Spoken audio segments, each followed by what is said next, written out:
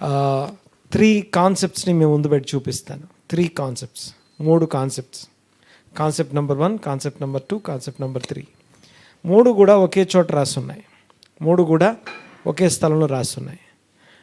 చూస్తానికి 3 మనకి ఇండివిజువల్గా ఒక్కొక్కటి తెలుసు మనకి, కానీ 3టిని కలిపి ఎప్పుడు చూడలేదు. ఒకసారి చూద్దాం. ఒకసారి నాతో పాటు ఈ వాక్యం చదవండి ఒకసారి. మత్తయి సువార్త 7వ అధ్యాయం 7వ వచనం నుండి 14వ వచనం దాకా. మత్తయి సువార్త 7వ అధ్యాయం 7వ వచనం నుండి 14వ వచనం దాకా. Praise the lord. చూడండి ఒకసారి. మత్తయి సువార్త, మాథ్యూ 7:7-14.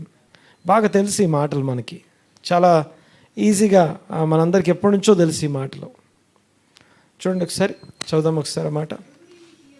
అడుగుడి మీకు ఇయ్యబడును, వెదకుడి మీకు దొరుకును, తట్టుడి మీకు తీయబడును, అడుగు ప్రతివాడును పొందును, వెదకువానికి దొరుకును, వానికి తీయబడును, తట్టువానికి తీయబడును. మీలో ఏ మనుష్యుడైనను తన కుమారుడు తన్ను రొట్టెను అడిగిన ఎడల వానికి రాతినిచ్చునా, చేపను అడిగిన ఎడల పామునిచ్చునా. మీరు చెడ్డవారయుండి మీ పిల్లలకు మంచి ఈవులనియ్య ఎరిగి ఉండగా పరలోకమందున్న మీ తండ్రి తన్ను అడుగు వారందరికీ అంతకంటే ఎంతో నిశ్చయముగా మంచి ఈవులనిచ్చును. కావున చాలు. ఇదంతా ఒక కాన్సెప్ట్ నెంబర్ 1. ఓకే, చూడండి ఒకసారి. ఎన్ని మాట్లాడుకుంటాం మనం ఈరోజు? 3 కాన్సెప్ట్స్. ఓకే, కాన్సెప్ట్ నెంబర్ 1, అడుగుడి ఇయ్యబడును. అడుగుడి మనందరికీ తెలిసి వాక్యం. అడుగుడి ఇవ్వబడును, వెదకుడు మీకు దొరుకును, తట్టుడు మీకు తీయబడును. ఎందుకు ఈ మాట జ్ఞాపకం చేస్తున్నానంటే, ఇందులో తట్టుడి మీకు తీయబడును అనే మాటని గుర్తు చేస్తున్నాను. ఎందుకు ఈ మాట అంటే, ఈ సంవత్సరం పేరు పతాక్ దాలెత్ అనండి ఒకసారి మాట. 11 మంత్స్ అయిపోయాయి, లాస్ట్ మంత్లోకి వచ్చాం. సో ఈ లాస్ట్ మంత్ని మనకైతే ఒక సంఘముగా మనకైతే థ్యాంక్స్ గివింగ్ మంత్. ఆమేన్. 11 నెలల కృపని మనం ఎంత పొందుకున్నామో దేవునికి తగినంత కృతజ్ఞత చెల్లించాల్సినటువంటి సమయం ఇది. అండ్ ఈ నెల అంతా కూడా దేవునికి కృతజ్ఞత చెల్లిస్తాం. దాంట్లో భాగంగా ఫ్యామిలీ క్రిస్మస్ ఏర్పాటు చేసుకుంటాం, లేకపోతే సంఘంలో స్పెండ్ చేస్తాం. సో కృతజ్ఞత ఎక్కువ కలిగి ఉంటాం. ఈ కృతజ్ఞతని బేస్ చేసుకునే మన నెక్స్ట్ ఇయర్ ఆధారపడి ఉంటుంది. ఆమేన్. సో మన నెక్స్ట్ ఇయర్ దేన్ని బట్టి? ఈ సంవత్సరం ఈ చివరి నెల మనం చెల్లించే కృతజ్ఞతని ఆధారం చేసుకొని. అంతేకాదు తగినంత కృతజ్ఞత అనండి ఒకసారి. ఓకే, ఒక వస్తువుకి ఎంత చెల్లించాలో అంత చెల్లించాలి. ఒక వస్తువుకి తగినంత వెల చెల్లించాలి కదా. అలాగే దేవుడు మనకు చేసిన మేల విషయంలో కూడా తగినంత కృతజ్ఞత చెల్లించాలి. ఈ మాట మనకి వాక్యంలో రాస్తుంది. ఇక తిమోతి పత్రికలో ఈ మాట మనం చూస్తాం. తగినంత కృతజ్ఞత, చాలిన కృతజ్ఞత. ఎగ్జాక్ట్ ఎంత చెల్లించాలో అంత చెల్లించాలి. దేవునికి స్తోత్రం. ఆ చెల్లించే ప్రాసెస్లో ఈ 11 నెలలు దేవుడు అనేకమైనటువంటి డోర్స్ తెలిసారు. ఆ డోర్స్ తెరవడానికి ముందు అడిగి తెరుచుకున్నాం, వెతికి డోర్లు వెతుక్కున్నాం. ఇప్పటిదాకా ఒకవేళ ఎవరన్నా తట్టకపోతే ఇంకా 4 రోజులు ఉంది. Go and knock the door. మీ ఆపర్చునిటీ డోర్ని నాక్ చేయండి. ఫస్ట్ దాన్ని ఏం చేయాలి? అడిగి, తర్వాత వెదకి, నాక్ చేయాలి.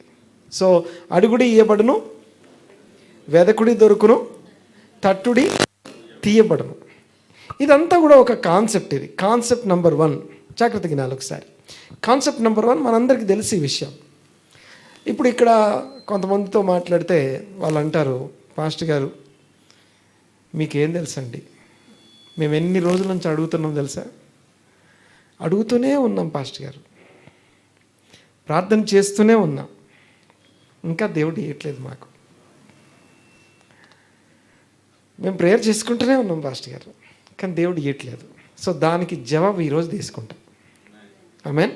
రైట్, చూడండి ఒకసారి. అడుగుడు ఇయ్యబడును, వెదకుడి మీకు దొరుకును, తట్టుడు మీకు తీయబడును. ఇది చెప్పిన తర్వాత మళ్ళీ నెక్స్ట్ ఏమన్నాడు వెంటనే? అడుగు ప్రతివానికి ఇయ్యబడును, వెదకు ప్రతివానికి దొరుకును, తట్టు ప్రతివానికి తీయబడును. ప్రతివాడు ఎవరైతే తడుతున్నాడో, అడుగుతున్నాడో, వెతుకుతున్నాడో వాళ్ళందరికీ దొరుకుతున్నాయి. అది చెప్పిన తర్వాత నెక్స్ట్ మళ్ళీ ఏం చెప్పాడు అందులో?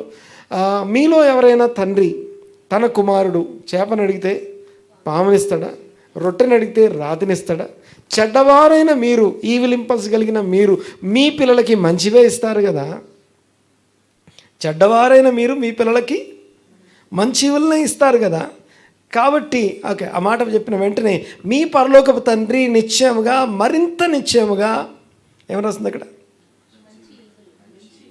ఓకే, ఒకసారి మళ్ళీ చదవండి అన్నమాట.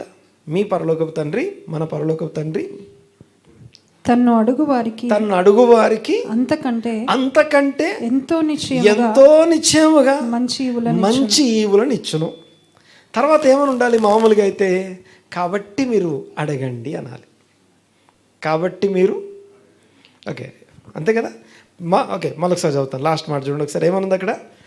మన పరలోకపు తండ్రి తన్ను అడుగు వారికి అంతకంటే నిశ్చయముగా, ఎంతో నిశ్చయముగా మంచి ఈవులను ఇచ్చును, కాబట్టి అడగండి అని రావాలి. కానీ కాబట్టి అడగండి అని లేదు. కాబట్టి అడగండి అని లేదు. ఓకే, ఇక్కడ దాకా ఈ కాన్సెప్ట్ మనందరికీ బాగా తెలుసు.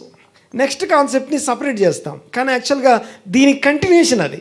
ఇంగ్లీష్లో అయితే దేర్ ఫోర్, సో, తెలుగులో అయితే కావున, కాబట్టి. చదవండి, ఇప్పుడు చదవండి ఒకసారి. ఇది సెకండ్ కాన్సెప్ట్ నెంబర్ 2. కావున మనుష్యులు మీకు ఏమి చేయవలనని మీరు కోరుదురో అలాగుననే వాళ్ళకి మీరు రిటర్న్ చేయండి. మీరు ఏం చేయడం ఇష్టపడతారో, అందరూ మీకు ఏం చేయడం మీరు ఇష్టపడతారో అదే మీరు వాళ్ళకి చేయండి. తర్వాత ఇది ధర్మశాస్త్రమును ప్రవక్తల ఉపదేశమునై ఉన్నది. This is the whole Torah and prophets.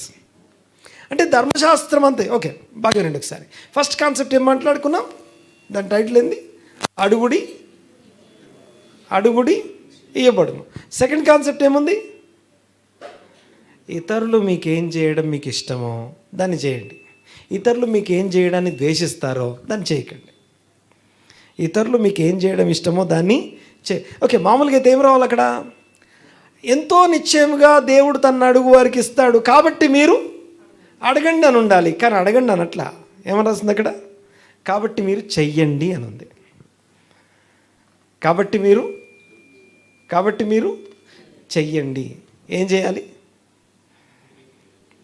ఇతరులు మీకు ఏం చేయడం మీకు ఇష్టమో దాన్ని వాళ్ళకి చేయండి. ఇది ఏంటిదట? టోటల్ ద బైబిల్ అంతటి సారాంశం అది. ధర్మశాస్త్రం అంతా, ప్రవక్తలందరి ఉపదేశ సారాంశం అది. నిన్ను వల్ల నీ పొరుగు అని ప్రేమించుము అని. తర్వాత ఇంకో విషయం ఏంటంటే, ఇది కాన్సెప్ట్ నెంబర్ 2. ఇక్కడితో అయిపోలేదు, మళ్ళీ దీని కంటిన్యూ ఇంకోటి ఉంది. Third concept number 3. చూడండి ఒకసారి, కంటిన్యూ చేద్దాం. నెక్స్ట్ వచ్చినాం. ఇరుకు ద్వారమున ప్రవేశించండి. నాశనమునకు డిస్ట్రక్షన్ వైపు పోయే దారి చాలా వెడల్పుగాను, ఆ దారి విశాలముగా హైవే లాగా ఉంటుందట. దాని ద్వారా ప్రవేశించు వారు అనేకులు పోతారట. జీవమునకు లైఫ్లోకి, డిస్ట్రక్షన్లోకి గాక లైఫ్లోకి వెళ్ళే ద్వారం ఇరుకును, ఆ దారి సంకుచితమునై ఉన్నది. దాన్ని కనుగొను అనండి ఒకసారి. ఓకే, వెదకుట అన్నాం కదా. ఓకే, ఏం వెతకాలట? ఇరుకుదారి, జీవమునకు పోయే ఇరుకుదారి ఒక దగ్గర ఉంటుందట. ఆ రోడ్ని వెతుక్కోవాలట. ఇది కాన్సెప్ట్ నెంబర్ 3. అర్థమైంది కదా. సో మూడిటికి ఓదానికి ఒకటి కనెక్షన్ ఉంది. కానీ మనకి ఎట్లా అంటే, ఈ 3 వేరువేరుగా తెలుసు మనకి. ఇవి 3 సపరేట్గా తెలుసు, కానీ ఒకదానికొకటి కనెక్షన్ ఉంది. చూడండి ఒకసారి, ఆయన కంటిన్యూగా మాట్లాడుతున్నటువంటి మాటలు ఇవి. మూడింటిని కలిపి చూస్తే ఈరోజు మనకు చాలా విషయాలు అర్థమవుతాయి. చాలా విషయాలు బోధపడతాయి. నేను ఎక్కువసేపు వాక్యం చెప్పాలనుకోవట్లేదు, కానీ ఎక్కువసేపు మనం ఈరోజు నేను కొంతసేపట్లో ముగించేస్తాను. ముగించిన తర్వాత అందరం కృతజ్ఞత చెల్లిద్దాం. ఓకే, అడుగుదాం దేవుణ్ణి. ఇంకా నాకు ఓపెన్ కానీ డోర్ కోసం అడుగుదాం దేవుణ్ణి. ఆమేన్. రైట్, చూడండి ఒకసారి. అడుగుడి మీకు ఇవ్వబడును, వెదకుడి మీకు దొరుకును, తట్టుడి మీకు తీయబడును. దేన్ని అడగాలి, దేన్ని వెతకాలి? ఓకే, అడుగుడి మీకు ఇవ్వబడును అనగానే మనం ఏం చేస్తున్నామంటే మనకు కావాల్సిన దానికోసం దేవుని సన్నిధికి వెళ్తున్నాం. మీకు అది కావాలని మీ పరలోకపు తండ్రికి నువ్వు అడగక ముందే నీ పరలోకపు తండ్రికి తెలుసా తెలీదా? తెలుసు. కానీ తర్వాత ఏమని రాస్తుంది అక్కడ? కాబట్టి మీరు అడగండి అని చెప్పట్లేదు, కాబట్టి మీరు అడుగుతూనే ఉండండి అని చెప్పట్లేదు. కాబట్టి మీరు ఏం చేయాలట? చెయ్యండి. ఏం చేయాలి? ధర్మశాస్త్రము అంటే ఏంటిదో, ధర్మశాస్త్ర సారాంశం ఏంటో, ధర్మశాస్త్ర సారాంశాన్ని, ప్రవక్తల ఉపదేశం మొత్తాన్ని అనుసరించండి అని చెప్తున్నాడు. చెప్పేది ఎవరైనా? ఆ మాట మాట్లాడిన ఎవరు చెప్తున్న మాట? నేను ఎక్కడి నుంచి మాట్లాడుతున్నాను? ఈ వచనం క్రొత్త నిబంధన నుంచేగా నేను మాట్లాడేది. క్రొత్త నిబంధనలో ఉన్నటువంటి కాన్సెప్ట్ అది. యేసుప్రభు మాట్లాడిన మాట అది. ఓకే, ధర్మశాస్త్ర సారాంశాన్ని the spirit of the Torah అంటాం దాన్నే. What is the spirit of the Torah? మీకు ఇచ్చిన పత్రిక, ఈరోజు పత్రిక ఏదైతే ఉందో దాంట్లో మీకు గోల్డెన్ రూల్ అని ఉంటుంది. గోల్డెన్ రూల్ కూడా ఇదే టాపిక్ గురించి రాసి ఉంటుంది. ఏది? ఆ ధర్మశాస్త్రం అంటే ఏంటో కొంచెం దాన్ని పడేయకుండా కొద్దిగా చదవండి దాన్ని. ఓకే, ఒకవేళ మాకు ఇంగ్లీష్ రాదు అనుకుంటే దాన్ని కొంచెం ట్రాన్స్లేట్ చేసుకొని టెక్స్ట్ పంపిస్తాను, ట్రాన్స్లేట్ చేసుకొని చదువుకోండి. లేకపోతే ఎవరైనా చదివించండి, కొంచెం చదవండి, అది అర్థం చేసుకోవడానికి ప్రయత్నం చేయండి. ఎందుకు అది అంటే, ఆ గోల్డెన్ రూల్ దేన్ని అంటామంటే, ఈ మత్తయి సువార్త 7వ అధ్యాయం 12వ వచనం ఏదైతే ఉందో దాన్ని గోల్డెన్ రూల్ అంటాం. ఏంటి ఆ గోల్డెన్ రూల్ అంటే? ఇతరులు మీకు ఏం చేయడం ఇష్టపడతారో దాన్ని వాళ్ళకి చేయడం. ఓకే, ఇది ధర్మశాస్త్రం యొక్క ద హోల్ తోరా అనగా ద హోల్ ద లా అని అర్థం. ద హోల్ లా అనగా ధర్మశాస్త్రం అంతటి సారాంశం అది. ప్రవక్తల గ్రంథాల యొక్క ఉపదేశం అది. ఏంటది అంటే, ఏదేదో మాట్లాడలేదట అందులో. ఒకటే విషయం చెప్తాడట. అదేంటి? ఇతరులు నీకేం చేయడం ద్వేషిస్తావో దాన్ని చేయకు, ఇతరులు నీకేం చేయడం ఇష్టపడతావో దాన్ని వాళ్ళకు చెయ్యి. అలా చేయడం అనేది ఇరుకుదారి. ఇరుకుదారి. ఓకే, మీకు అనిపించింది చేయమని చెప్పట్లేదు, కానీ సో ధర్మశాస్త్రంలో ఏం చెప్పబడుతుంది, ఏ ఉపదేశం నీకు ఇవ్వబడింది, ఎలాంటి మాటలు మనకి చెప్పబడుతున్నాయి, వాటి మీద ఫోకస్ చేయడం. ఒక్కసారి ఈ వచనం చదవండి ఒకసారి. ఈ వచనాన్ని, ఈ మాటని కలిపి యేసయ్య ఎక్కడి నుంచి మాట్లాడుతున్నారు తెలుసా? సామెతల గ్రంథం, సొలొమోను మాటల్ని ఆయన ఇంటర్ప్రిట్ చేస్తున్నారు. సొలొమోను మాటలు, సామెతల గ్రంథం 28వ అధ్యాయం 9వ వచనం. సామెతల గ్రంథం 28వ అధ్యాయం 9వ వచనం చూడండి ఒకసారి. ఏమనుంది అక్కడ? ధర్మశాస్త్రము వినబడకుండా, ఓకే, ధర్మశాస్త్రం వినబడకుండా చెవిని తొలగించుకుని వాని ప్రార్థన, చెవి తొలగించుకుని వాని ప్రార్థన హేయము. ఇంగ్లీష్లో అబామినేషన్ అని ఉంటుంది. అబామినేషన్ అనే మాటకి ఏంటమ్మా? Extremely disgusting and hateful. దేవునికి అసహ్యం అట అది. ఏది అసహ్యం? ధర్మశాస్త్రం వినపడకుండా చెవి తొలగించుకొనువా అని ప్రార్థన. అడుగుడు ఇవ్వబడును అంటే మేము అడుగుతూనే ఉన్నాం కానీ ఎందుకు రావట్లేదు అంటే, ఆయన అడగడం అనే దాన్ని చేయడంతో మాట్లాడుతున్నాడు. అడగడం అంటే ఏం చేయాలి? అడగడం అంటే అడగడం అని కాదు, అడగడం అంటే చెయ్యడం అని అర్థం. అడగడం అంటే నోరు తెరిచి ఇది కావాలని అడగడం కాదు, కానీ ప్రతి అడగడం ఏంటంట? చెయ్యడంతో సమానం. చెయ్యడాన్ని అడగడం అని చెప్తున్నాం. దేవుని వాక్యంలో అడగడం అనేది చేయడంతో పోల్చబడుతుంది. ఏం చేయడం అంటే, నీకు ఇతరులు ఏం చేయడం ఇష్టపడతావో ఇది ధర్మశాస్త్ర సారాంశం. ఈ 3 కాన్సెప్ట్స్ని కలిపితే అల్లు ఇందాక చదివాం కదా, సామెతల గ్రంథం 28వ అధ్యాయం 9వ వచనం ఏదైతుందో దాన్ని ఎక్స్ప్లెయిన్ చేస్తున్నాడు ఆయన. ప్రభువు ఎక్స్ప్లెయిన్ చేసేది సామెతల గ్రంథం 28వ అధ్యాయం 9వ వచనం. ఏంది? ధర్మశాస్త్రం వినపడకుండా చెవి తొలగించుకొనువా అని అడుగుట, తట్టుట, వెదకుట దేవునికి అసహ్యం. తర్వాత ఏమని రాస్తుంది? అడుగుడి ఇవ్వబడును. తర్వాత దేన్ని గ్రహించాలి? ఉపదేశాన్ని ఉపదేశాన్ని వెతికి గ్రహించాలి, ఉపదేశాన్ని వెతకాలి, దేన్ని ఆ ఇరుకు దారి ఎక్కడుందో వెతుక్కోవాలి.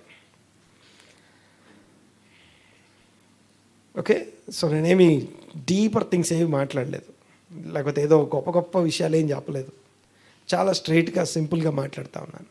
చూడండి ఒకసారి, నాతోని కోపంగా మాట్లాడుతుంటే, నాతో ఎవరైనా కోపంగా మాట్లాడుతుంటే కామన్గా నేను ఎలా రియాక్ట్ అవుతాను? కోపంగానే రియాక్ట్ అవుతాను. కానీ అక్కడ ఒకసారి ఆగి, అవతల వాళ్ళు నాతో ఎలా మాట్లాడితే నేను ఇష్టపడతాను, అవతల వాళ్ళు నాతో ఎలా మాట్లాడితే ఇష్టపడతానో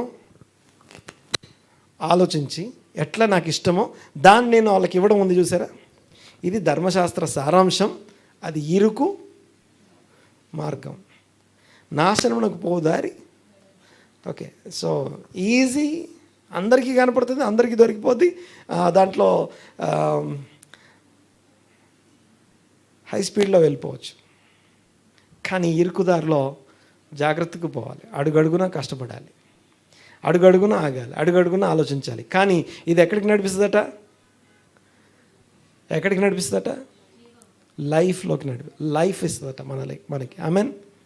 దేవునికి స్తోత్రం కలుగును గాక. సో ఎందుకు మనం దేవుని సన్నిధిలో పొందుకోవట్లేదు? ఎందుకు పొందుకోవట్లేదు? సో ధర్మశాస్త్రం అంటే ఏంటో కొన్ని మాటలు మీకు జ్ఞాపకం చేస్తాను. What is Torah? What is the లా?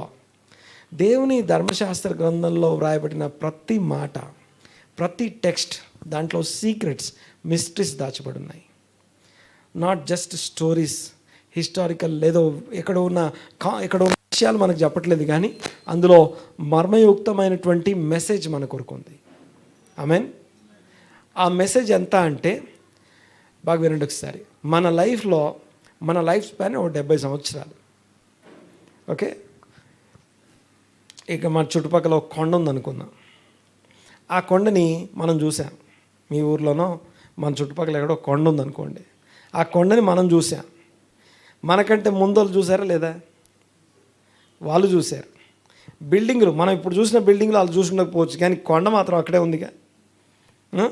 వాళ్ళకంటే ముందున్నోళ్ళు ఓకే, మన తరాలు ముందు పర్వతం అలాగే ఉంది. ఒకవేళ ఇప్పుడున్న లొకాలిటీ, ఇప్పుడున్నటువంటి ఈ లొకేషన్ అప్పటిలాగా ఉండకపోవచ్చేమో, కానీ పర్వతం మాత్రం అలాగే ఉంది. పర్వతములు పుట్టక మునుపే, తర్వాత భూమికి పునాదులు లేక మునిపే దేవుడు ఉన్నాడు. ఆయన దేవుడు రాజై ఉన్నాడు కదా. అయితే ఆయన వాక్యము అప్పటోళ్ళకి అది వాక్యమే. ఆ కొండ దగ్గర నిలబడే వాళ్ళు, ఆ కొండను చూసేవాళ్ళు తరాలు గడుస్తున్నాయి మాత్రం పర్వతం మాత్రం అలాగే ఉంది. తరాలు గడిచిపోతున్నాయి కానీ పర్వతం మాత్రం అలాగే ఉంది. పర్వతాలు తొలగిపోవచ్చు, ఓకే, మెట్టలు తత్తరిల్లొచ్చు, నా కృప నిన్ను విడిచిపోదని తెలుసు మనకి. అలాగే భూమి ఆకాశములు గతించవచ్చు, ఈ ధర్మశాస్త్రంలో ఒక అక్షరం, ఒక పొల్లు కూడా పోదు. అవి నిరర్థకమైపోదు. అంటే అవి అన్ని తరాలకి మెసేజ్ ఇస్తుంది అది. ఆమేన్. అంటే ఇప్పుడు నేను గొప్పనా, నాకు తెలిసిన వాక్యం గొప్పనా అంటే ఏం చెప్పాలి? నేనేదో కొంచెం నేర్చుకున్నాను అంతే. నా లైఫ్ స్పాన్లో నాకున్న అవగాహన, నాకున్న తెలివికి, నాకున్న జ్ఞానాన్ని కొంచెం నేర్చుకున్నాం అంతే. ఆ కొంచెం కూడా అర్థం కాకుండా ఏదో కొంచెం అర్థమైంది.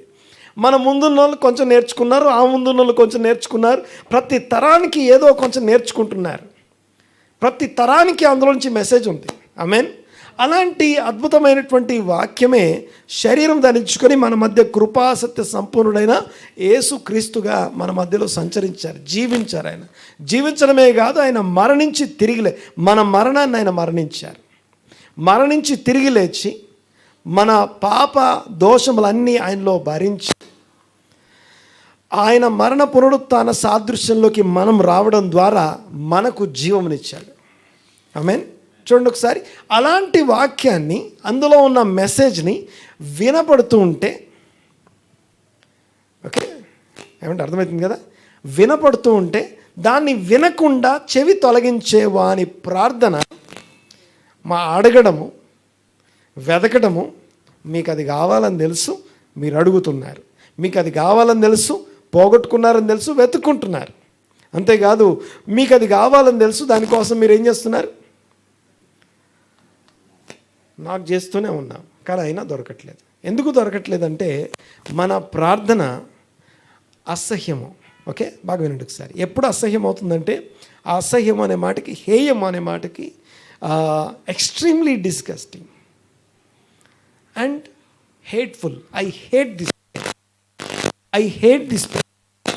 సి, సో ఫైనల్గా నేను కంక్లూడ్ చేసే పాయింట్ ఏంటంటే ఈ రోజుకి, let's start meditating on things.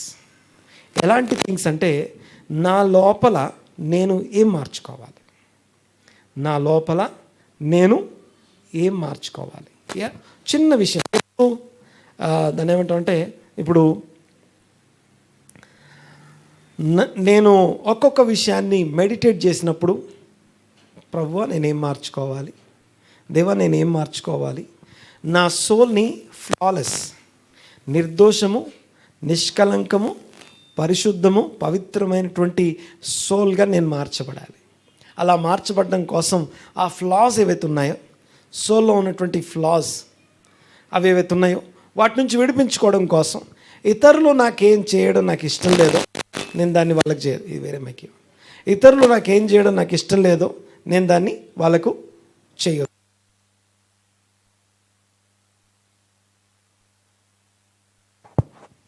దేవునికి స్తోత్రం కలుగునుగా. ఇతరులు నాకేం చేయడం ఇష్టం లేదో నేను వాళ్ళకి అది చేయొద్దు.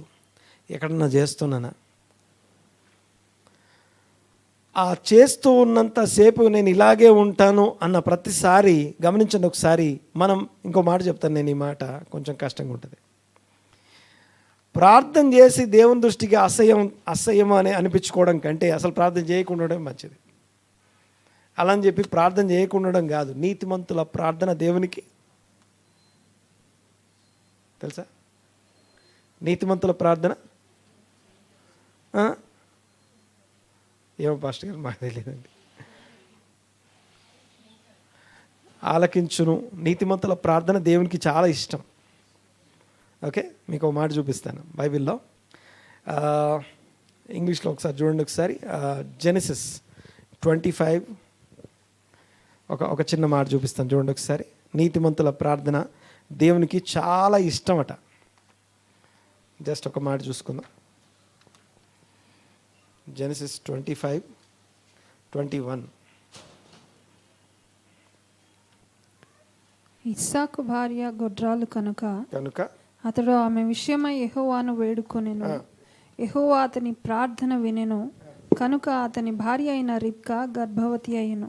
ఇక్కడ ఇస్సాకు ప్రార్థన గురించి రాస్తుంది. ఇంగ్లీష్ చూడండి ఒకసారి. And Isaac prayed and the lord granted his prayer. ఇది కాకుండా వేరే బైబిల్ చూడండి ఒకసారి. అక్కడ ఏమనుంటుందంటే, అమ్మ చదవండి. ఐజాక్ ఎంట్రీటెడ్ ద లార్డ్ అని ఉంటుంది. ఐజాక్ ఎంట్రీటెడ్ చదవండి. And Isaac entreated the Lord for his wife because she was barren. Okay. And the Lord was entreated of him. The Lord was entreated of him. The Lord was entreated of him. ఆ మాటకు అర్థం ఏంటంటే, ఇస్సాకట తన భార్యను బట్టి వేడుకుంటున్నాడట. ఇస్సాకట తన భార్య యొక్క గర్భం కోసం ఆయన వేడుకుంటూ ఉంటే, దేవుడట ఇస్సాకు యొక్క ప్రార్థనకి జవాబు ఇచ్చాడని ఉంది. కానీ యాక్చువల్గా హీబ్రూలో అయితే ఆయన వేడుకుంటున్నాడు అని, ఆయన వేడుకొనబడ్డాడట. అంటే అర్థం ఏంటంటే, దాన్ని సరిగ్గా అర్థం చేసుకుంటే, ఇస్సాకు చేసే ప్రార్థనని ఆయన వేడుకొని ఇచ్చాడట. అంటే అర్థం ఏంటంటే, ఇస్సాకు వేడుకుంటుంటే మళ్ళీ వేడుకొని ఇచ్చాడట. అర్థమైంది కదా? అంటే ఇస్సాకు ప్రార్థన చేయడం దేవునికి బాగా నచ్చింది, బాగా ఇష్టంగా ఉంది. ఓకే, బాగా వినండి ఒకసారి. నీతిమంతులు ఎందుకు ప్రార్థన చేయాలి అంటే నీతిమంతులకు అవసరాలు ఎక్కువ ఉంటాయి. అవసరం ఉండడం ఏదైతే ఉందో దేవుడు మన కోసం ఉంచాడు అది. ఓకే, ఇది చదవండి ఒకసారి. డ్యూటరానమీ 8:3, ద్వితీయోపదేశకాండం 8:3 చూడండి ఒకసారి. అసలు ఒక మాట, మనకు రోజు ఆహారం కోసం ప్రార్థన చేస్తాం కదా, అసలు ఆహారం కోసం ప్రార్థన చేసే బదులు అసలు ఆకలే లేకపోతే,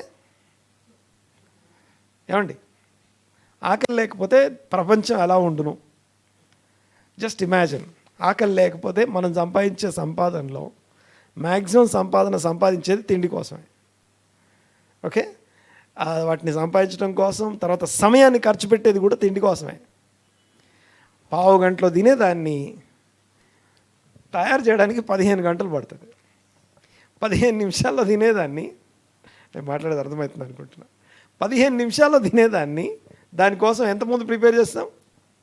దాదాపు 15 గంటల ముందు ప్రిపేర్ చేస్తాం. సో ఆ తిండి కోసం సమయాన్ని ఖర్చు పెడుతున్నాం, డబ్బులు ఖర్చు పెడుతున్నాం, జీవితాన్ని ఖర్చు పెడుతున్నాం. అసలు ఆకలే లేకపోతే, ఒకసారి చదవండి, ఒకసారి ఏమని వస్తుంది అక్కడ? 8వ అధ్యాయం 3వ వచనం. వలననే కాక, మొదటి ఇదేనమ్మా, 2వ వచనం. ఎస్. మరియు నీవు ఆయన ఆజ్ఞలను గైకొందువో లేదో, మరియు నీవు ఆయన ఆజ్ఞలు గైకొందువో లేదో, నిన్ను శోధించి నీ హృదయంలో ఉన్నదంతా తెలుసుకోవడానికి. ఎందుకు? నా హృదయంలో ఏముందో ఎందుకు తెలుసుకోవాలి దేవుడు? చెప్పాలి ఒకసారి. ఎందుకు తెలుసుకోవాలి దేవుడు? నీ లోపల ఉన్నదాన్ని బయట వేయాలట. ఎందుకు తెలుసుకోవాలి దేవుడు? దేవునికి ఎందుకు తెలుసు? దేవుడికి ఎందుకు అది? ఎందుకంటే మన అంతరంగాన్ని, లేకపోతే మనల్ని దేవుడు సరిచేయాలి, ఫ్లాలెస్గా, పరిశుద్ధులు, నిర్దోషులు, నిష్కలంకులుగా మార్చాలి. ఆమేన్. ఎలా ఉన్నాం అలాగే ఉంచడం. ఇప్పుడు ఓ రోగం లోపల ఉంది, పైన మెడిసిన్ పెట్టడం దేవునికి ఇష్టం లేదు. రూట్ ట్రీట్మెంట్ చేస్తాడు ఆయన. ఆమేన్. ఆ ట్రీట్మెంట్ చేయడం కోసం నీ హృదయంలో ఏముందో డయాగ్నోస్ చేయాలి. ఆ డయాగ్నోస్ చేయడం కోసం దేవుడు ఏం చేస్తాడో తెలుసా? నిన్ను అవసరంలో ఉంచుతాడు. నేను కాదు, మాట అక్కడే రాస్తుంది, చదవండి, కంటిన్యూ చేయండి. నీవు దేవుని ఆజ్ఞలు అనుసరిస్తావో లేదో. ఆజ్ఞలు అనుసరించడం అంటే ఏంటది? నా మాట వింటావో లేదో, నాకు లోపడతావో లేదో అని కాదు. దేవుని ఆజ్ఞలను ఏమంటాం అంటే సదుపదేశం అంటాం. అనండి ఒకసారి. అంటే మనకి మేలు చేసే మేలు మార్గంలో నడుస్తావా, లేకపోతే నీ కీడును బట్టి, నీ హృదయంలో ఉన్న కీడును బట్టే కీడు మార్గంలో కొట్టుకొని పోతావా అని నిన్ను డయాగ్నోస్ చేస్తాడట దేవుడు. డయాగ్నోస్ చేస్తే కానీ మనకి ఎంత సమస్య ఉందో, ఎంత ఇబ్బంది ఉందో తెలియదు. డయాగ్నోస్ చేయకపోతే ట్రీట్మెంట్ చేయడానికి అవకాశం లేదు. సో డయాగ్నోసిస్, నిన్ను డయాగ్నోస్ చేసే ఏరియా ఎక్కడంటే వెయిటింగ్ పీరియడ్. స్ట్రెస్ ఉన్నప్పుడు, నువ్వు బాగా శ్రమలో ఉన్నప్పుడు, మనం బాగా ఇబ్బందులో ఉన్నప్పుడు దేవుడు మనల్ని డయాగ్నోస్ చేస్తున్నాడు. కంటిన్యూ చేయము ఒకసారి. 2వ వచనం. నిన్ను శోధించి నీ హృదయంలో ఉన్నది తెలుసుకొని నిన్ను అణుచు నిమిత్తమును. ఓకే, ఏం చేయడానికట? నిన్ను అణుచు నిమిత్తము అంటే టు హంబుల్ డౌన్, నిన్ను సరిచేయడం కోసం నా అణుచు నిమిత్తం అరణ్యములో ఈ 40 సంవత్సరములు నీ దేవుడైన యెహోవా నిన్ను నడిపించిన మార్గమంతటిని జ్ఞాపకం చేసుకోను. తర్వాత ఆహారం వలననే కాక యెహోవా సెలవిచ్చిన ప్రతి మాట లేదా ఆజ్ఞల వలన మనం బ్రతుకుతాము. దేవుని ఆజ్ఞల సారాంశం ఇతరులు నీకేం చేయాలో, ఏం చేయడం నువ్వు ఇష్టపడతావో అది వాళ్ళకి చేయడాన్ని దేవుని వాక్యం యొక్క, దేవుని ఆజ్ఞల యొక్క సారాంశం. మరొకసారి, ధర్మశాస్త్ర సారాంశం, దేవుని ఆజ్ఞల సారాంశం ఏంటి? ఇతరులు నీకు ఏం చేయడం నువ్వు ఇష్టపడతావో దాన్ని ఇతరులకు చేయడాన్ని సారాంశం అంటాం. ఒకటి. తర్వాత 2వ విషయం ఏంటంటే, ఇది ఆజ్ఞల సారాంశం మరియు ధర్మశాస్త్ర సారాంశం. అక్కడ ఏమని రాస్తుంది? మనము తినే ఆహారం వలన కాదు కానీ దేని వలనట? యెహోవా సెలవిచ్చు ప్రతి మాట, ఆయన ఆజ్ఞల వలన. అంటే ఇది చేయడం అనేది మనకి బ్రతుకునిస్తుందట. ఇందాకేమనుకున్నాం మనం? ఇతరులు మనకి ఏం చేయనిచ్చే ఇష్టపడతామో అది వాళ్ళకి చేయడాన్ని ఏమన్నాం? ఇంకా తర్వాత ఏమన్నాం? 3వ కాన్సెప్ట్లో ఇరుకు మార్గం. దాన్ని ఏమన్నాం? ఇరుకు మార్గం. ఆ ఇరుకు మార్గం ఎక్కడికి నడిపిస్తుందట? మరొకసారి, ఇరుకు మార్గం ఎక్కడ నడిపిస్తుందట?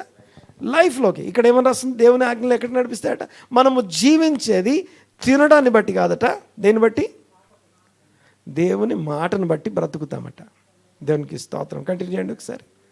ఇంకా కంటిన్యూ. అని నీకు తెలియచేయుటకు, అని నీకు అంటే ఇరుకు ద్వారంలో వెళ్తే నువ్వు బ్రతుకుతావు, ధర్మశాస్త్ర ఉపదేశ సారం అనుసరిస్తే నువ్వు బ్రతుకుతావు.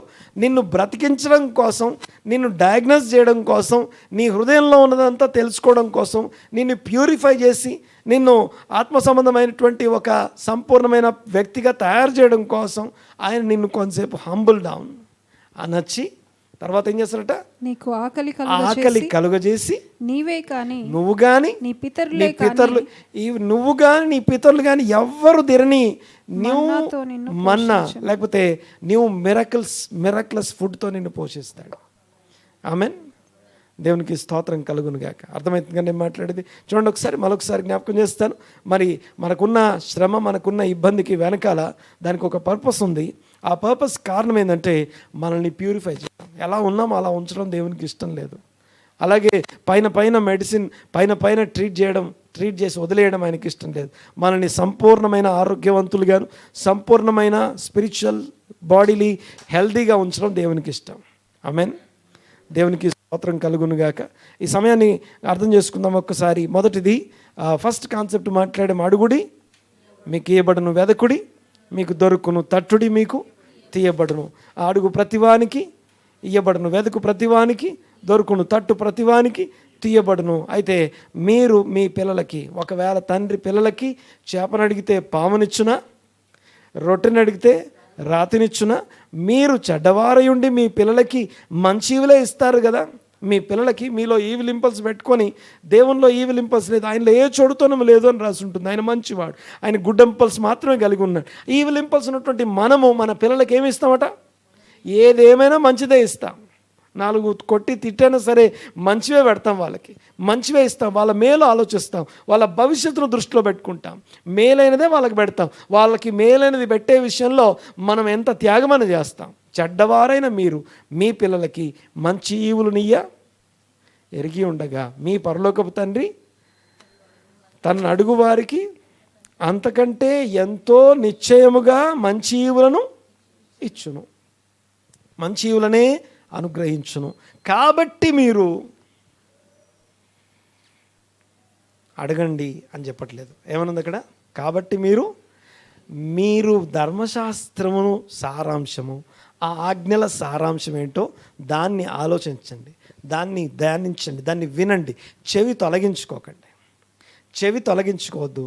దాన్ని విని అందులో ఏముందో విని, ఈ వారం కోసం నాకేముంది. దేవునికి స్తోత్రం కలుగును గాక. హల్లెలూయా. దేవునికి మహిమ. గమనించండి ఒకసారి. సింపుల్గా ఒక మాటతో నేను కంక్లూడ్ చేసి నేను క్లోజ్ చేస్తాను. పాయింట్ ఏంటంటే, ఇప్పుడున్న మన సిచ్యువేషన్కి రోజు ఏదో ఒక థాట్తోని మన లైఫ్ని స్టార్ట్ చేయాలి. డైలీ ఒక థాట్, నా సోల్ని ప్యూరిఫై చేసే ఒక్క థాట్, నన్ను నిన్నటి వాడిలాగా ఉంచకుండా నన్ను కొత్తగా మార్చే దేవుని వాక్యం నుంచి ఒక థాట్తో మన లైఫ్ స్టార్ట్ చేయాలి. ఆమెన్. ఆ లైఫ్ని స్టార్ట్ చేసేటప్పుడు దాని గురించి మెడిటేషన్ చేస్తాం కదా. ఆ మెడిటేట్ చేయడం బాగా గమనించండి ఒకసారి. మనము ప్రొటెక్ట్ చేయబడతాం, మనం కాపాడబడతాం, భద్రపరచబడతాం. జాగ్రత్తగా వినాలి ఒకసారి మాట. సో మీరున్న ఏదో ఒక గ్రూప్, ఏదో ఒక వాట్సాప్ గ్రూప్లో ఉండుంటారు కదా, చర్చ్ గ్రూప్లో ఉండుంటారు కదా. ఆ చర్చ్ గ్రూప్లో కొంతమంది పెడుతున్నారు, నేను చదివాను అని పెడుతున్నారు కదా. ఆ చదివాను అని పెట్టే వాళ్ళందరూ కూడా they are showing their unity. మేము చదువుతున్నాం, ఏర్పాటు చేయబడిన వాక్యాన్ని మేము చదువుతున్నాం, నియమించబడిన వాక్యాన్ని చదువుతున్నామని వాళ్ళ యూనిటీని తెలియజేస్తున్నారు. అంటే we are uniting with the word. వాక్యంతో మనం యునైట్ చేయబడుతున్నాం. ఒకటి గమనించండి ఒకసారి. ఆ యునైట్ అయ్యేటప్పుడు చర్చ్గా యునైట్ అవ్వడం మాత్రమే కాదు, ఒక సమాజంగా, సంఘముగా మాత్రమే యునైట్ అవ్వట్లేదు, దేవుని చిత్తంతో యునైట్ అవుతున్నాం. ఎలాగ దేవుని చిత్తంతో యూనిట్ అవుతున్నామంటే, దేవుని ధర్మశాస్త్రం అని మనం ఏదైతే పిలుస్తున్నామో, బాగా వినండి ఒకసారి. ఆయన ఇశ్రాయేలు స్తుతుల మీద ఆసీనుడు. ఆయన అనండి ఒకసారి. ఇశ్రాయేలు స్తుతులు అంటే అర్థం ఏంటంటే, మనం చేసే స్తుతి ఇశ్రాయేలు స్తుతి లాంటి స్తుతి అయి ఉండాలి. మన స్తుతి ఎలాంటి స్తుతి? ఇశ్రాయేలు చేసే స్తుతి లాంటి స్తుతి అయి ఉండాలి. ఎలా ఉంటుందా ఇశ్రాయేలు స్తుతి? భూమి మీద ఉన్న ఒక జనాంగం గురించి నేను మాట్లాడలేదు, బైబిల్లో ఉన్న దేవుడు కోరుకున్న జనాంగం గురించి నేను మాట్లాడుతున్నాను. ఇశ్రాయేలు స్తుతులు లేకపోతే ఇశ్రాయేలు దేవుడు అనే పదం, ఇశ్రాయేలు దేవునికి ప్రార్థన చేస్తున్నాం మనం. సో ఆ ఇశ్రాయేలు దేవునికి, ఇశ్రాయేలు ప్రజలందరికీ నియమించబడిన వాక్య భాగం గమనించండి. ఒకసారి ఈ మాట చదువుదాం. ఒకసారి అపోస్తుల గ్రంథం 15వ అధ్యాయం 19వ వచనం చదవండి. ఒకసారి అపోస్తుల కార్యముల గ్రంథం 15వ అధ్యాయం 19వ వచనం. ద ఫస్ట్ కౌన్సిల్, అన్యజనులై ఉండి దేవుని తట్టు తిరిగే వారి కోసం చెప్పబడిన ఒక ఆజ్ఞ ఇది. చదవండి ఒకసారి 15వ అధ్యాయం 19వ వచనం ఒకసారి స్లోగా. అపోస్తుల కార్యముల గ్రంథం 15వ అధ్యాయం 19వ వచనం. కాబట్టి అన్యజనులై ఉండి అంటే ఇశ్రాయేలు యూదులు కాని వాళ్ళై ఉండి జనులలో నుండి దేవుని వైపు తిరిగే వాళ్ళు ఎవరైతే ఉన్నారో వారిని మనం కష్టపెట్టొద్దు. విగ్రహ సంబంధమైన కష్టపెట్టొద్దు, కానీ ఈ 4 విషయాలు చేయొద్దు అని చెప్తున్నాడు. 1, విగ్రహ సంబంధమైన అపవిత్రతకు దూరంగా ఉండాలి. 2, జారత్వం అనగా సెక్షువల్ ఇమ్మొరాలిటీకి దూరంగా ఉండాలి. బాగా గమనించండి ఒకసారి. ఈ ప్రపంచంలో ఉన్న అన్ని మతాలు, అన్ని జాతులు సెక్షువల్ ఇమ్మొరాలిటీని చూపించే పద్ధతి వేరు, బైబిల్లో ఉన్న ఇశ్రాయేలు జనాంగం చూపించే పద్ధతి వేరు, దేవుని వాక్యం మాట్లాడే పద్ధతి వేరు. Okay, completely total different concept అక్కడ ఉంటుంది. ఓకే, సో మనం ఎలా చూస్తామంటే ఇతరమైనటువంటి నేత్రాలతోనే దాన్ని చూడడానికి ట్రై చేస్తాం. చాలా ఘోరమైనటువంటి అపరాధం చేస్తాం మనం. జాగ్రత్తగా వినాలి ఈ మాట. సెక్షువల్ ఇమ్మొరాలిటీకి దూరంగా ఉండాలి. తర్వాత విగ్రహ అపవిత్రతకి దూరంగా ఉండాలి. 3వది తిండి తినే విషయంలో తిండిపోద్దనం అంటాం, దాన్నే గ్లటనీ అంటారు దాన్నే. చూడండి ఒకసారి, మన తిండి మన ఆత్మీయతను తెలియజేస్తుంది. మన తిండి ఏమన్నా నేను మన తిండి మన యువర్ స్పిరిచువల్, నీ సోల్ కండిషన్ తెలియజేస్తుంది. The way how you eat, నువ్వు తినే విధానము. సో ఉపవాసం ఉన్నప్పుడు ఏమవుతాం? ఉపవాసం ఉన్నప్పుడు స్పిరిచువల్లీ స్ట్రాంగ్ ఉంటాం. అలాగే తిండి తిన్నప్పుడు స్ట్రాంగ్గా ఉండమనేగా. తిండి తినకపోవడం, తిండి తినొద్దని నేను చెప్పట్లేదు, కానీ దాన్ని సరిగా తినడం, వాక్యానుసారంగా తినడం గురించి మాట్లాడు. ఈ 3వది, ఒకటేమో విగ్రహ పవిత్రత అంటొద్దు, 2 సెక్షువల్ ఇమ్మొరాలిటీకి దూరంగా ఉండాలి, 3వది తిండి గ్లటనీ అంటాం. ఇవి 3 యాక్చువల్గా ఈ బంగారు దూడ పాపానికి సంబంధించిన విషయాలు అవి 3 కూడా. ఓకే, తర్వాత 4వ విషయం రాస్తుంది అక్కడ, రక్తం తినరాదు. ఇవన్నీ ఈ 4 చెప్పి, ఈ 4 డూ నాట్స్ అనండి ఒకసారి, చేయకూడని విషయాలు. తర్వాత ఏం రాస్తుంది చదవండి ఒకసారి. ఏలయనగా సమాజ మందిరములలో అంటే యూదు సమాజ మందిరాలలో ప్రతి సబ్బాత్ రోజున మోషే నియమించిన లేఖనాలు చదువుట లేదా బోధించుట, ధ్యానించుట అనే అంశం ఉంటుంది. ఎవ్రీ సాటర్డే వారికి నియమించబడినటువంటి ఒక వాక్య భాగం ఉంది. ఈ భాగము ఏమని రాస్తుంది ఇక్కడ? మునపటి తరముల నుంచి వస్తుందట.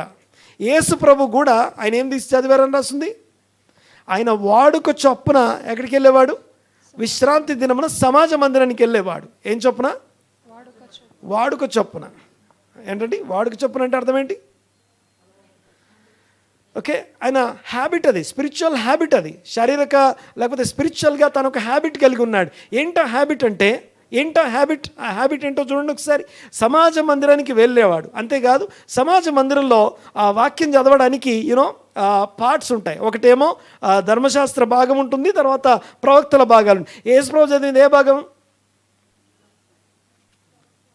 ధర్మశాస్త్ర భాగమా ప్రవక్తల భాగమా? ప్రవక్తల భాగం. యెషయా గ్రంథం చదివారు కదా. యెషయా గ్రంథం అనేది ధర్మశాస్త్రం కాదు. ధర్మశాస్త్ర భాగం ఏమో 7 చదవాలి. ఓకే, ధర్మశాస్త్ర గ్రంథాన్ని ఎంతమంది చదవాలి అంటే 7 వీళ్ళు ముందు చదివిన తర్వాత 7 విలువబడతారు ముందుకి. 7 భాగాలు చదువుతారు. ఇప్పుడు మనం రోజు ఒకటి చదువుతున్నాం కదా, అట్లా 7 భాగాలు చదువుతారు. 7 అయిపోయిన తర్వాత నెక్స్ట్ మిగతా వాళ్ళు పిలుస్తాం కదా, ఆ నెక్స్ట్ దాంట్లో ఉన్నాడు ఆయన. అంటే అప్పుడు కూడా చదివేటప్పుడు సమాజ మందిరంలో ఉన్నటువంటి నియమావళిని ఆయన ఏమాత్రం బ్రేక్ చేయలేదు. ఆయన నేను ముందు చదువుతాను అనలేదు, లేకపోతే ముందుకు రాలేదు ఆయన. సో తనకి నియమించబడిన భాగం, తనకి ఇవ్వబడిన గ్రంథం, తనకి ఇవ్వబడిన భాగం చదివారు ఆయన. ఆ వారం భాగం అది. అర్థమవుతుందనే మాటలు. సరే, నా పాయింట్ ఏంటంటే అక్కడ ఏమని రాస్తుందంటే, ఒకవేళ ఈ మొదటి క్రైస్తవులు ఎవరైతే ఉన్నారో, ఫస్ట్ చర్చ్ ఇది, మొదటి క్రైస్తవులు లేకపోతే క్రీస్తుని అంగీకరించిన వారు, యేసే క్రీస్తుని నమ్మిన వారు, ఇదిగో మనం ఇప్పటి నుంచి ధర్మశాస్త్రం చదవద్దు, ఇప్పటి నుంచి వీటికి దూరంగా ఉండండి అని చెప్పలేదు. వాళ్ళు చెప్పిన మొదటి విషయం ఏంటంటే, ఈ 4 చేయకండి, 4 చేయొద్దు, కానీ 5వది ఖచ్చితంగా. ఏంటో 5వది అంటే, వాక్యము చదివే మునపటి తరముల నుంచి వచ్చే ఒక ఆచారం ఉంది కదా, మునుపటి తరాల నుంచి ఉన్నటువంటి ఒక ఆచారం ఉంది కదా, ఏంటి వారం వారం ఒక భాగం చదవడం ఉంది కదా, ఆ వారం వారం రోజువారీ చొప్పున ఆ చదివే భాగాన్ని చదువుతూ ఉండడం అనేది ఇది అన్యజనులైన క్రైస్తవులుగా మారిన వారికి నియమించబడిన భాగం అది. రైట్? దీని గురించి థియోలాజికల్గా ఎవరు మనకు చెప్పరు. థియోలాజికల్గా అన్నీ కూడా ఎలాంటివంటే యాంటీ సెమిటిజం అనే యూదు వ్యతిరేక సిద్ధాంతాల మీద కట్టబడిన థియాలజీలో ఉన్నాం మనం. దాన్ని బట్టి ధర్మశాస్త్రానికి దూరం, లేకపోతే దేవుని సంగతులకు దూరం, పాత నిబంధన కొత్త నిబంధన సపరేట్ చేస్తాం. ఇప్పుడు చూడండి ఒకసారి, కొత్త నిబంధనలో ఉన్న మత్తయి సువార్తలో ఉన్న వచనాన్ని నేను సామెతల గ్రంథంలో ఉన్నటువంటి వచనంతో కలిపి చెప్తున్నాను. ఇది అది రెండు ఒకటే అని చెప్తున్నాను. యేసయ్య ఏం చెప్పాడో స్పష్టంగా చదువుకున్నాం. చదివి మాట్లాడడం వేరు, ఎవరో చెప్పిన కాన్సెప్ట్ని మాట్లాడడం వేరు. ఎవరో చెప్పింది చెప్పడం వేరు, ఎక్కడో విన్నదాన్ని తీసుకొచ్చి చెప్పడం వేరు, సొంతంగా ధ్యానించి తెలుసుకొని గ్రహించి మాట్లాడడం వేరు. అర్థమవుతుందిగా నేను మాట్లాడేది? సో పాయింట్ ఏంటంటే, ఇవన్నీ కూడా కన్ఫ్యూజ్ చేయడానికి ఇవన్నీ చెప్పట్లేదు, కానీ నేనేమంటున్నానంటే ఒక వ్యక్తి వాక్యమును ధ్యానించడం, చదవడం అనేది మినిమం ఫస్ట్ రెస్పాన్సిబిలిటీ. చదవడం మినిమం. ఆ చదవడానికి మహా అంటే ఒక 15 నిమిషాలు పడుతుంది. ఎక్కువలో ఎక్కువ వర్సెస్ ఉంటే ఆ రోజు ఎంత టైం పడుతుంది? 15 మినిట్స్ పడుతుంది. 30 మినిట్సా? ఓకే, అక్కడ స్లోగా చదువుతుంది కాబట్టి 20 మినిట్స్ అందాం. సో మంచిగా చదివే వాళ్ళకి 15 మినిట్స్కి అయిపోద్ది. సో దేవుడు మనకిచ్చిన సమయాన్ని మనం ఖర్చు పెడుతున్నాం. ఏం చేస్తున్నాం?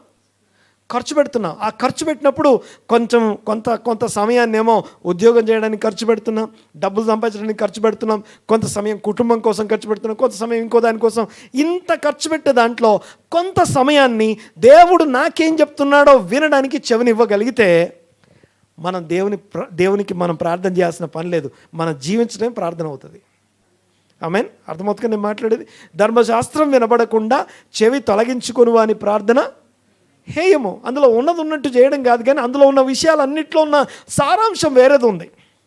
చేయమనేది వేరుంది, సారాంశం వేరే ఉంది. చేయమనే దానికి సారాంశంకి మధ్యలో ఉన్నటువంటి ఆ ఉపదేశం ఒకటి ఉంటుంది, దాన్ని గ్రహించడం గురించి మాట్లాడుతున్నాను. ఇంకోటి, అందులో ఉన్న ఆజ్ఞ అన్నీ మనం చేసేవి కాదు. కొన్ని స్త్రీలు మాత్రమే చేయాలి, కొన్ని పురుషులు మాత్రమే చేయాలి, కొన్ని యెరూషలేములోనే చేయాలి, కొన్ని మందిరంలోనే చేయాలి, అన్నీ మనకు కాదు. కానీ దేవునికి స్తోత్రం, ప్రతి దాంట్లో ప్రతి విషయంలో ఒక ఉపదేశం ఒకటి ఉంటుంది. అది మన సోల్ని కరెక్ట్ చేసే జీవపు మార్గం అందులో ఉంటుంది. ఆమేన్? ఆ జీవపు ఉపదేశం ఇరుకుగా ఉంటుంది, అది ఇరుకు త్రోవ. అందుకే చూడండి ఒకసారి 3 విషయాలు పక్కన పెట్టి మాట్లాడుకుంటున్నాం. సో అడుగుడు ఇవ్వబడను. అడగడం అంటే నోరు తెరిచి అడగడం కాదు, కానీ దేవుడు చెప్పేదాన్ని వినడమే, ఆ వినడం కోసం వెతుక్కోవడమే, ఆ వెతుక్కొని దాన్ని తట్టి దాన్ని ఓపెన్ చేసి దాంట్లో జీవించడమే అడుగుడి, వెదకుడి, తట్టుడి. అది ఇరుకు మార్గం అట. అది ధర్మశాస్త్ర సారాంశం, ప్రవక్తల సారాంశం నేను మీకు చెప్తున్నాను అంటాడు. మీరు చేయవలసినవి ఇవి అంటాడు. అంతెందుకు, ఆయన ఒక మాట ఇంకొక చోట ఏమంటారంటే, వాళ్ళు చెప్పినవన్నీ చేయండి కానీ వాళ్ళు చేయకండి అంటాడు. ఏమనుంది? వాళ్ళు చెప్పినవన్నీ చేయండి, ఎందుకంటే వాళ్ళు చెప్పినవన్నీ దేవుని వాక్యం నుంచే చెప్తారు. వాళ్ళు కరెక్టే, కానీ వాళ్ళు చేసే మాత్రం, ఎందుకంటే వాళ్ళు చెప్తారు కానీ చేయరు. వాళ్ళు చెప్తారు కానీ చెయ్యరు. వాళ్ళు చెప్పినవన్నీ చేయండి కానీ వాళ్ళు చేసే మాత్రం చేయకండి. ఓకే, ఇది వాక్యం చెప్పే వాళ్ళ గురించి మాట్లాడుతున్నా. సరే, మొత్తానికి నా టాపిక్ నేను మాట్లాడుకున్న అంశం ఏంటంటే, మనము వాక్యం చదవడము ఫస్ట్ స్టెప్, దాన్ని ధ్యానించడం, ఆ వారపు భాగాన్ని గ్రహించడం. యాక్చువల్గా నేను ఇప్పుడు ఏదైతే మాట్లాడుతున్నానో ఇదంతా కూడా లాస్ట్ వీక్ పోర్షన్. అది యాకోబు ఏశావుల మధ్య డిఫరెన్స్. అది టోటల్ మొత్తంలో గమనించే విషయం ఏంటంటే ప్రేయర్ లైఫ్. అనండి ఒకసారి, ప్రేయర్ లైఫ్ అక్కడ కనపడదు మనకి, కానీ ధ్యానిస్తేనే తెలుస్తుంది. అది దేవుడు ప్రేయర్ లైఫ్ గురించి ఇస్సాకు ప్రార్థించాడు, రిబ్కా ప్రార్థించింది, యాకోబు ప్రార్థించాడట. సో ఈ ప్రార్థనలు ఎలా ఉన్నాయో మనకు తెలుస్తుంది ఈ భాగంలో, లాస్ట్ వీక్ పోర్షన్. సో అలాగే చదివినప్పుడు మనము సంఘంతో ఏకీభించట్లేదు,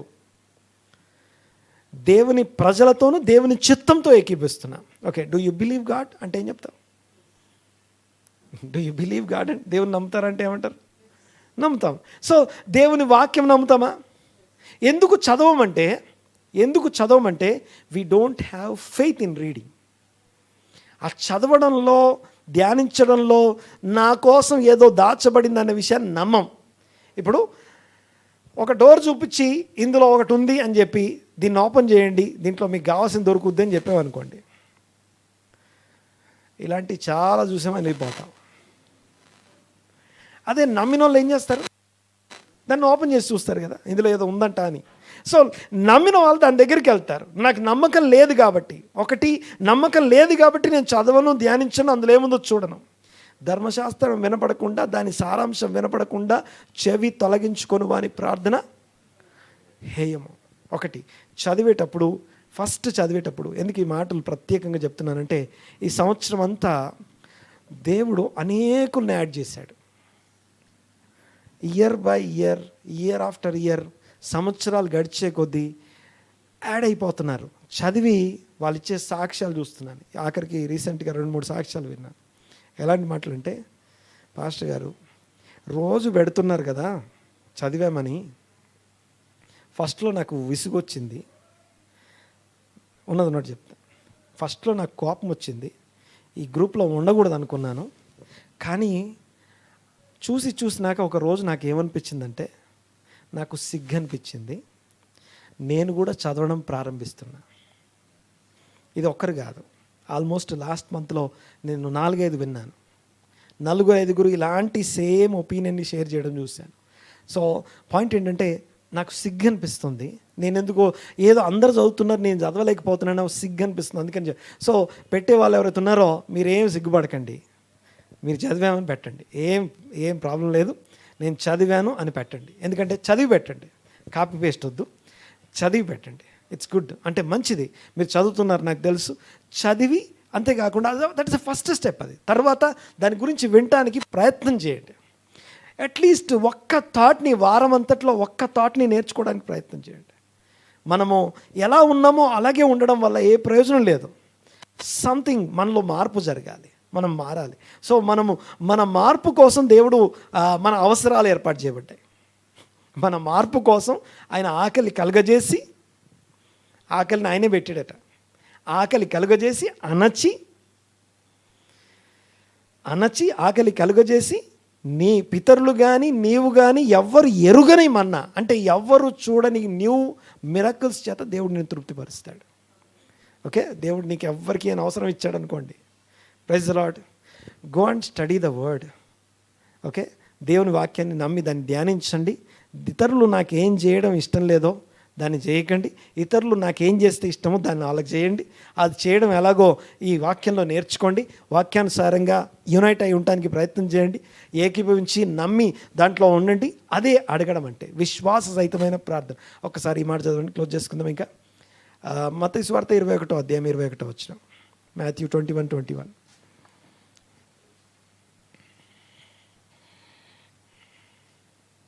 అందుకు యేసు, మీరు విశ్వాసము కలిగి సందేహపడకుండిన ఎడల ఈ అంజూరపు చెట్టునకు జరిగిన దానిని చేయుట మాత్రమే కాదు, ఈ కొండను చూచి నీవు ఎత్తబడి సముద్రంలో పడవేయబడదువు గాకని చెప్పిన ఎడల అలాగు జరుగునని మీతో నిశ్చయముగా చెప్పుచున్నాను. మరియు మీరు ప్రార్థన చేయనప్పుడు వేటిని అడుగుదురో వాటిని అవి దొరికినవని నమ్మిన ఎడల మీరు వాటన్నిటినీ పొందుదురని వారితో చెప్పాను. ఓకే, నమ్మడం. ఓకే, ఫస్ట్ టైం ఇందాక నుంచేమో అడుగుతున్నామండి అని, ఇప్పుడేమో కొత్తగా మేము అడిగేవన్నీ పొందుకున్నామని కూడా నమ్ముతున్నామండి అంటారు. ఇంకోటి ఏం తెలుసా, దాన్ని ప్రొఫెసై చేస్తున్నాం. ఏమంటాం? ప్రొఫెసై చేస్తున్నాం, దాన్ని పలుకుతున్నాం. ఓకే, ఏమంటామంటే ఫెయిత్ టీచింగ్లో మనం వింటాం ఈ మాట, ఏమంటాం దాన్ని ప్రొనౌన్స్ చేయడం, పలకడం, దాన్ని పదే నేను పొందుకున్నాను అని నమ్మి పలకడం. ఓకే, సో ఈ 2000 సంవత్సరాల క్రైస్తవ చరిత్రలో యేసుప్రభు శిష్యులు కానీ, దైవజనులు కానీ, లేకపోతే క్రైస్తవులు కానీ ఎంతమంది ఎన్ని కొండలను ఎత్తి సముద్రంలో పడేశారు?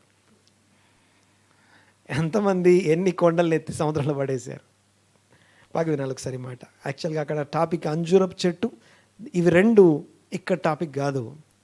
దీని రూట్ యెషయా గ్రంథం 34వ అధ్యాయం మొదటి 5 వచనాల్లో ఉంది. ఇప్పుడు దీకండి, నేనేం చెప్పను కానీ యెషయా గ్రంథం 34వ అధ్యాయం 5వ వచనం మొదటి 5 వచనాలు ఏం రాస్తుందంటే, ఒక వ్యక్తి యొక్క ఒక వ్యక్తి యొక్క శారీరక తత్వం, శారీరక మనస్సు, లేకపోతే శరీరానుసారమైన జీవన విధానం ఏదైతుందో అది దేవుని వాక్యం చేత ఖండించబడ్డప్పుడు ఆ రక్తం చేత కొండలు కరుగుతాయట. ఓకే, మరొకసారి ఏం చెప్పాను నేను? ఒక వ్యక్తి యొక్క శారీరక సంబంధమైన మనసు ఏదైతుందో, శరీరానుసారమైన జీవన విధానం ఏదైతుందో దాన్ని దేవుడు తన కత్తితో ఖండిస్తే ఆ ఖడ్గం వలన కారినటువంటి రక్తం వలన కొండలు ఏమవుతాయట? కరుగుతాయి అని రాసింది అక్కడ. అక్కడే ఇంకో మాట కూడా రాస్తుంది, అంజూరపు చెట్టు మీద రాలినది రాలున్నట్లు, వాడినది రాలున్నట్లు అని రాస్తుంది. రెండు ఒకే చోట రాసున్నాయి ఇక్కడ. ఓకే, తర్వాత ఇంటికి వెళ్ళి చదువుకోండి. సో పాయింట్ ఏంటంటే, మనము విశ్వాసంతో అడగడం, లేకపోతే అడుగుతూనే ఉన్నాం అనడం, ఇవన్నిటికంటే ప్రాముఖ్యమైన విషయం నోరు తెరిచి అడగడం, ఫెయిత్. ఇవన్నిటికంటే ముఖ్యంగా దేవుడు మన నుంచి ఏం చేయమని కోరబడుతుందో అది చేయడం. హల్లెలూయా. అందరం లేచి పెడదాం, ప్రార్థన చేసుకుందాం. అందరం లేచి పెడదాం. ధర్మశాస్త్రం వినపడకుండా చెవి తొలగించుకొను వాని ప్రార్థన abomination, extremely disgusting and hateful. తలలు వంచి కళ్ళు మూసుకొని ప్రార్థన చేసుకున్నాం. ఈ 11 నెలల్లో నువ్వు ఇంకా ఏదైనా డోర్ నీ కొరకు ఓపెన్ కాకపోతే, ఈ 11 నెలల్లో ఏదైనా డోర్ నీ కొరకు ఓపెన్ కాకపోతే, ఈ మెసేజ్ నీ మీద ప్రేమతోని, దేవుని మీద ఆసక్తితోని, దేవుని ప్రవచనము, దేవుని వాగ్దానం మనందరి జీవితాల్లో నెరవేర్చబడాలి అని ఆశతో మీతో ఈ మాటలు షేర్ చేస్తూ ఉన్నాను. ప్రార్థన చేసుకుందాం, అడుగుదాం దేవుని. మా తండ్రి, మీకు వందనాలు. మనోనేత్రాలు వెలిగించండి, జ్ఞానము ప్రత్యక్షత కలిగిన మనస్సు దయచేయండి. విన్న వాక్యం మా హృదయంలో స్థిరపరచమని ప్రార్థన చేస్తున్నాం. కేవలం మీకే వందనాలు, స్తుతులు, స్తోత్రం నైనా. ఇదిగో ఈ దినము నా కొరకు మీరు ఏర్పాటు చేసిన ఈ మాటను బట్టి మీకు వందనాలు, స్తోత్రము తండ్రి, మీకు వందనాలు. అడుగుడి మీకు ఇయ్యబడును, వెదకుడి మీకు దొరుకును, తట్టుడి మీకు తీయబడును అన్న మాటను బట్టి మీకు వందనాలు. ఎలా అడగాలో, ఏం అడగాలో, ఏ పద్ధతిలో అడగాలో మాకు స్పష్టంగా వివరించినందుకు మీకు వందనాలు, స్తోత్రం చెల్లిస్తున్నాం. మాకున్న అక్కరలు, అవసరతలు, మేము కలిగి ఉన్న స్థితిగతులన్నీ పూర్తిగా మాకు అర్థమైన దానికన్నా కూడా మీరు ఇంకా బాగుగా తెలుసుకొని ఉన్నందుకు, పరిశోధించినందుకు మీకు వందనాలు, స్తోత్రం నాయన. ఆశ గల ప్రాణమును తృప్తిపరచువాడా మీకు వందనాలు. ఆశ అనే నిరీక్షణను మాకు కలుగజేసిన దేవా మీకు వందనాలు. ఆకలిని కలుగజేసి ఇదిగో పితరులెరుగని మన్న మా కొరకు ఏర్పాటు చేయగలిగిన, సాధ్యము అసాధ్యం అన్నది కూడా సాధ్యం చేయగలిగిన సర్వశక్తిమంతుడా మీకు వందనాలు. ఈ మధ్యాహ్నం వేళ ప్రార్థన చేస్తున్నాను నాయన. సంఘమును దీవించండి, ఆశీర్వదించండి. ఇదిగో ఏకీపించిన ప్రతి కుటుంబం కోసం ప్రార్థన చేస్తున్నాం. ప్రతి కుటుంబ అవసరత మహిమలో తీర్చబడునుగాక. ప్రతి కుటుంబము సంతోషంతో, సమాధానంతో నింపబడునుగాక. ఈ సంవత్సరం అంతటి దీవెనలు ప్రతి కుటుంబం అనుభవించునుగాక. ఎవరి కుటుంబంలో అయితే ఇంకా డోర్స్ ఓపెన్ కాలేదని ఇదిగో ఇబ్బంది పడుతున్నారు, ఆశపడుతున్నారు, ఇదిగో వేదన పడుతున్నారు, ఇదిగో యేసు క్రీస్తు గొప్ప నామమున ఇప్పుడే వారి కొరకు మీరు తెరిచిన ద్వారమును బట్టి మీకు వందనాలు. మీరు ద్వారమును తెరిస్తే ఎవరు మూయలేరు, మీరు ద్వారముని మూస్తే ఎవరు తెరవలేరు. దావీదు తాళపు చెవులు కలిగిన మా దేవా మీకు వందనాలు. ఈ సమయంలో ప్రార్థన చేస్తున్నాం. మీ కనికరము చొప్పున ఇదిగో మీ బిడ్డల కొరకు ద్వారములు తెరవండి. వాక్యమును స్థిరపరిచే సూచక క్రియలు, మహత్కార్యాలు, అద్భుతాలు మీ బిడ్డలైన ప్రతి కుమారుని, ప్రతి కుమార్తెను వెంబడించునుగాక. మీ కార్యములు ఒక్కొక్కరు అనుభవించుదురుగాక. సమస్తమైన ఘనత, మహిమ, ప్రభావం మీకు మాత్రమే ఆరోపిస్తున్నాం. ఇదిగో నేను ప్రభావ మీకు వందనాలు. విన్న వాక్యం మా అందరి హృదయాల్లో స్థిరపరచండి. ఏ వాక్యమును వినాలో, ఎలా చదవాలో, ఎలా ధ్యానించాలో, అందులో ఉన్న సంగతులను ఎలా గ్రహించాలో మాకు బోధపరచమని ప్రార్థన చేస్తున్నాం. ఇదిగో ఎలా నమ్మాలో మాకు బోధపరచండి, ఎలా అనుసరించాలో మాకు కృప దయచేయమని వేడుకుంటూ సంఘంలో ట్రాన్స్ఫర్మేషన్ కొరకు ప్రార్థన చేస్తున్నానైనా. వ్యక్తిగత జీవితాన్ని మీరు వాక్యం చేత కడుతున్నారు, స్థిరపరుస్తున్నారు. దాన్ని బట్టి మీకు వందనాలు. ఏదైనా మరొకసారి మీ సన్నిధిలో ప్రార్థన చేస్తున్నాం. వారి వారి స్థితిగతులను పూర్తిగా ఎరిగిన మా తండ్రి ఒక్కొక్కరిని దర్శించమని వేడుకుంటున్నాం. స్తోత్రం నాయన, మీకే వందనాలు. సమస్తం మీ స్వాధీనంలోనికి అప్పగిస్తూ మీ సార్వభౌమత్వాన్ని అంగీకరిస్తూ స్తుతించి ఆరాధించి మీ నామాన్ని గొప్ప చేస్తూ నజరేయుడైన యేసుక్రీస్తు నామమున ఈ ప్రార్థన అడిగి ఎంతో వేడుకొంచున్నాము తండ్రి.